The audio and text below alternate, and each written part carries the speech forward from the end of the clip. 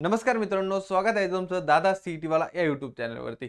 मित्रांनो, सीईटीचा रिझल्ट आल्यानंतर किंवा रिझल्ट येण्याच्या अगोदर आपण मार्क्सवरून पर्सेंटाइल कॅल्क्युलेट केले, बरोबर? तर ज्या मुलांचे मार्क्स कमी आले किंवा चांगले आले त्या मुलांना स्पॉट राउंडसाठी ट्राय करायचं आहे.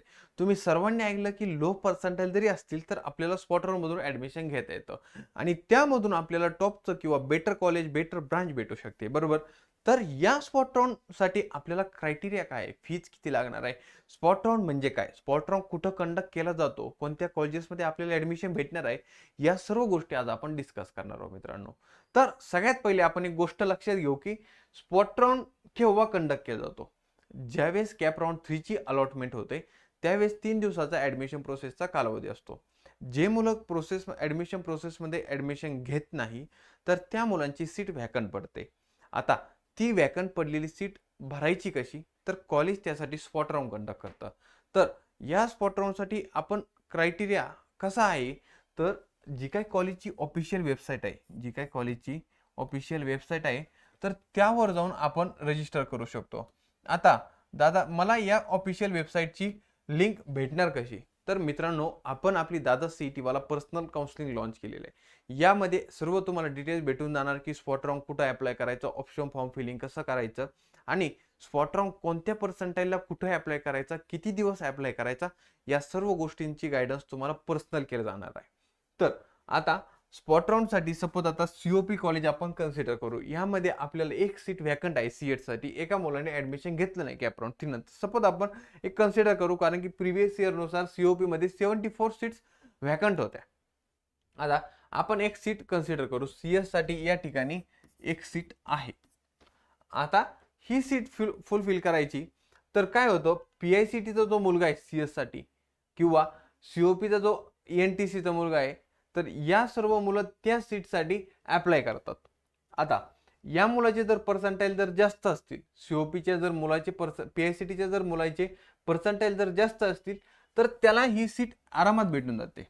मग आता पीआयसीटी मध्ये दादा एक सीट व्हॅकंट पडली कारण की या मुलाने ऍडमिशन सोडलेलं आहे, तर पीआयसीटी साठी कोण अप्लाय करणार? व्हीआयटीचा जो मुलगा आहे तो पीआयसीटी साठी अप्लाय करणार. तर असा सिक्वेन्स येत व्हॅकंट सीट पडत जातात, बरोबर? व्हॅकंट जे काही वॅकन्सी आहेत ना, सीएस साठी किंवा आयटी साठी, एआयडीएस या सर्व ब्रांचेससाठी वॅकन्सी क्रिएट होतात. तर मग या ठिकाणी आपल्याला स्पॉटसाठी अप्लाय करता येतं, बरोबर? आता या सर्व गोष्टी झाल्या, पण मग आता स्पॉटसाठी फीज किती असणार आहे?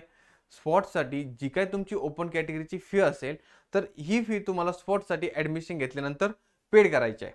पण दादा आता मी कॅप राउंड 3 झाल्यानंतर ॲडमिशन तर घेतलेलं आहे, पण मला नंतर स्पॉटसाठी जायचंय, जाता येईल का?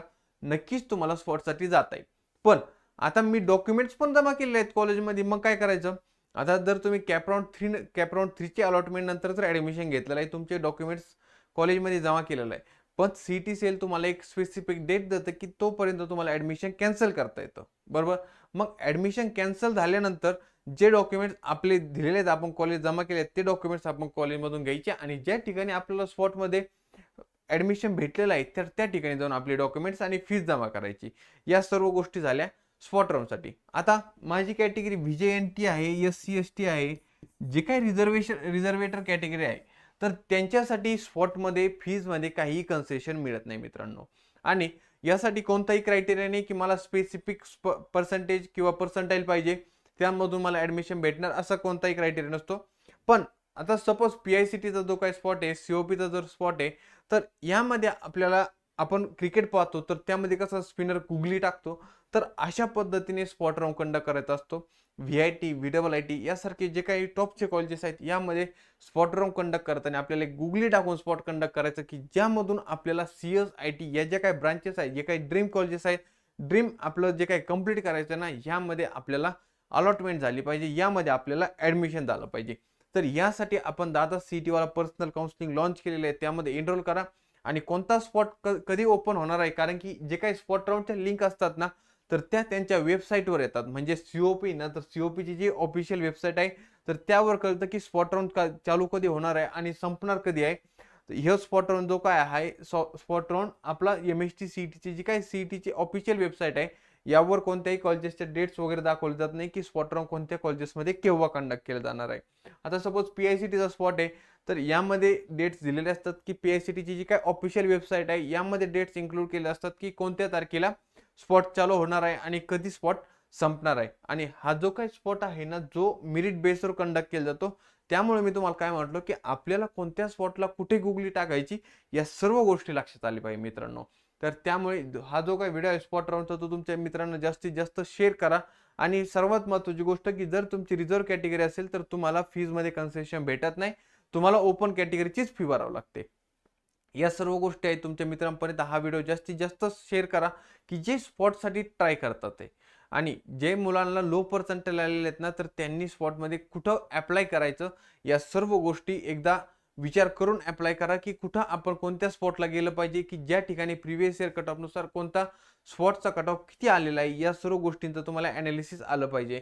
शेवटी दादा CET वाला या यूट्यूब चॅनलला सबस्क्राईब करायला विसरू नका, कारण जोपर्यंत तुमचं ॲडमिशन होत नाही तोपर्यंत तुमचा दादा तुम्हाला गायडन्स करणार आहे की लो कॉलेजेस कोणते, टॉप कॉलेजेस कोणते, कोणत्या कॉलेजेसमध्ये आपण CSIT घेतलं पाहिजे, कोणत्या कॉलेजेसमध्ये आपण ENTC घेतलं पाहिजे.